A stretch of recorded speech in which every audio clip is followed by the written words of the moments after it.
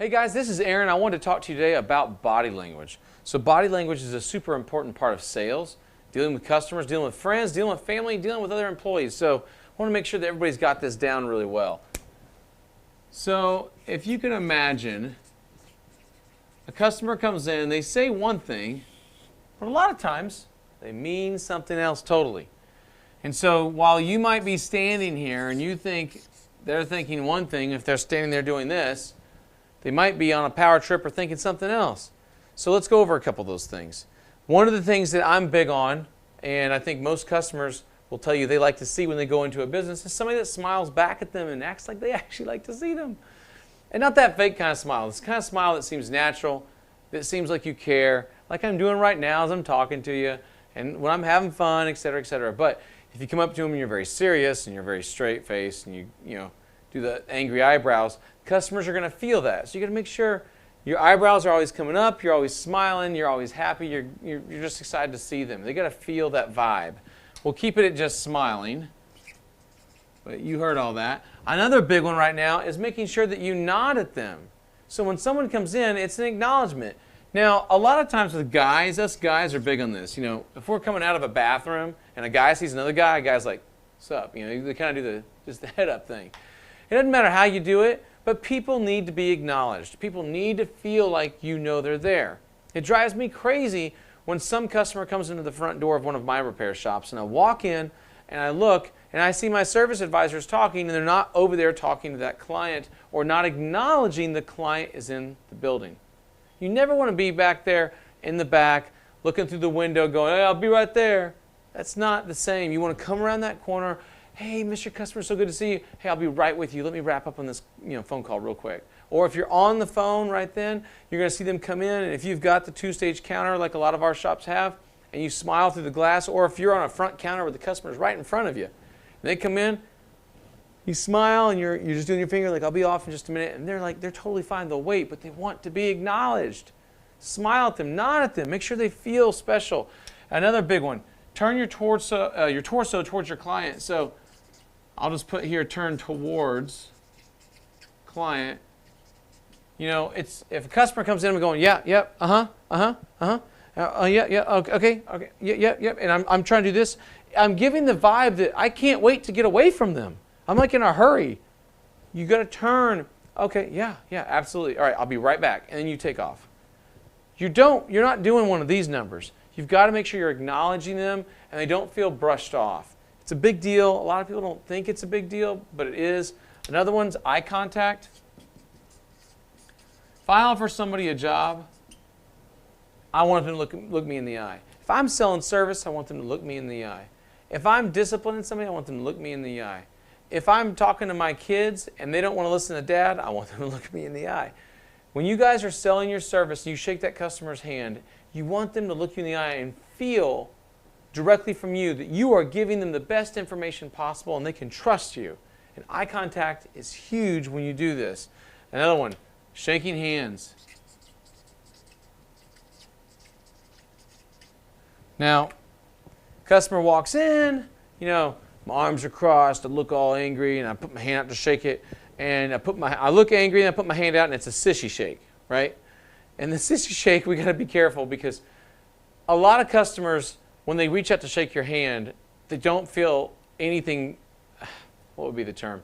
It's almost like when you do the sissy handshake, they literally only think about that and not anything else you're saying. You've got to make sure this thumb and this finger right here, your pointer finger, these two areas lock. You got to make sure when you do that and you grab their hand, you're going for that, you grab their hand, and then if you miss and it's just a debacle, you just laugh it off and then you go, "Okay, we got to do this again, Mrs. Smith," and then you do a real handshake. Even with a girl. Now, if a girl puts her hand out like this and that's all she does, then you shake her hand the way she's done it. But typically, most ladies right now are putting their hands out like this. Shake their hand. Now, don't crush them. That's the other thing. If you're a big guy, don't crush other guys, don't crush other girls. You got to make sure that you're respectful and understanding who it is you're shaking hands with and you're paying attention. Also, you want to give personal space. You don't want to be a close talker, like when you're You don't want to, I'm like cracking myself up because this is funny to me. But you don't want to walk up and just talk to somebody like this and just get this, conversation going. It's very awkward for people. If you're a close talker, breath mints, number one. And then second, realize you're a close talker. Ask other people, do I make you uncomfortable? Do I get a little too close? Back up. Good rule of thumb is at least 2.5 feet, which is like this. Not this, this. Give yourself space. You're not married to this person. You're trying to sell them something. You want to pay attention to what you're doing. And you also don't want to stand over a customer. If you're a really tall advisor, please be mindful that you're making other people feel small, and you could come off as intimidating. If you're a shorter advisor, you don't need to be mindful of that because you've been told 1,000 times. So have I. Because I'm only 5'10", and I've had so many, all my friends are 6 foot plus, and they're always like, cracking jokes on me. You need to make sure when you go into a situation, you're acknowledging your size. I have some advisors that are pretty tall and some managers that are pretty tall, and we have to remind them to go sit down with customers. If the customer's sitting down and they're standing up, that's a big no-no. You're talking down to them. And even if you just sit there and you're doing this, and they're sitting on the couch in the waiting room, it doesn't make that customer feel like you're connecting with them. Sit down on the couch across from them or the other waiting room chair, pull up a chair, crouch down your knee, whatever you got to do, and get on their level. A lot of waiters do this at restaurants, especially high-end restaurants. They've proven it makes them feel more connected. So it's a big, big, big deal. I'm going to tell you another one. Don't cross your arms. So don't cross your arms would be customer comes in, you're talking, and then you find yourself doing this. Like you weren't doing it already. It wasn't because it was comfortable to put your hands here. You did it as they were talking. What does that tell that customer? I'm done with you. I've blocked you off. I disagree. You've got to keep your hands open. You've got to be welcoming. You've got to make sure they always know and they feel that you're trying to connect with them. And if you pay attention to that and you understand, okay, I'm not going to do this. I'm going to make sure that I'm being mindful of what's going on with them. It's going to go a lot further. Now, another real big thing. Make sure that you're paying attention and you're reading your customers. You have to pay attention and read all of their body language. This is what you have to not do. But what if they do it? What if your customer comes in and they're not nodding with you? They're not turned towards you. They're kind of blowing you off. They're not making eye contact. They never shook your hand. If you have that customer and they smiled at you, but it seemed a little fake, they've given you way more space than they need to. They've been standing up and coming over to you when you're sitting at your desk, and they're crossing their arms, and then they're not shaking your hand, they're not giving you eye contact, they're not turned towards you, and they're not nodding. Odds are it's not going well.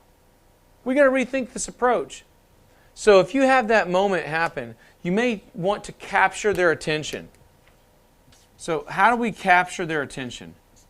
Whenever you have a crying baby, if you've ever held a crying baby, one of the biggest ways you can get a baby to stop crying is to take them out of the environment they're in. So if they're already in a quiet room, you can go outside. If you're in a quiet room, you could go into a loud room. If you have them in a loud room, you could go outside. You could go into a hallway. You could go into a quiet room. The point is you change the environment. You change the temperature slightly, all of it. And they feel that. They sense it. Same thing happens with an adult.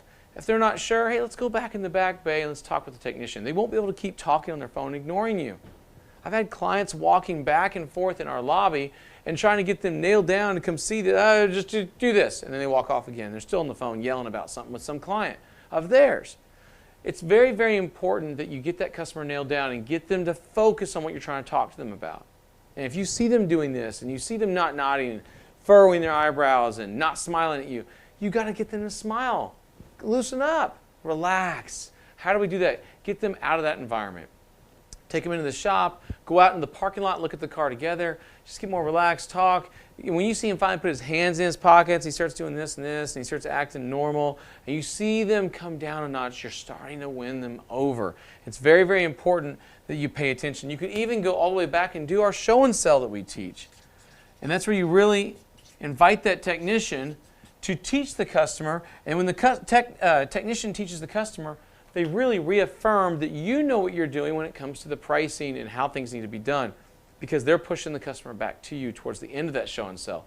So it's super, super powerful. Body language is a huge deal. That you really have to pay attention to how you're exuding it. You have to pay attention to how you're saying it, how you're broadcasting your message. But then you also have to pay attention and read the client. When the customer comes in and they start acting a certain way, pay attention. Pay attention. A lot of advisors I've noticed, they're blind to it. They're blind that the customer's unhappy. You've got to just open your eyes a little bit and see it. Crack that joke, do whatever you can to connect with them, make them feel relaxed, make them a cup of coffee, give them a bottle of water, whatever you got to do.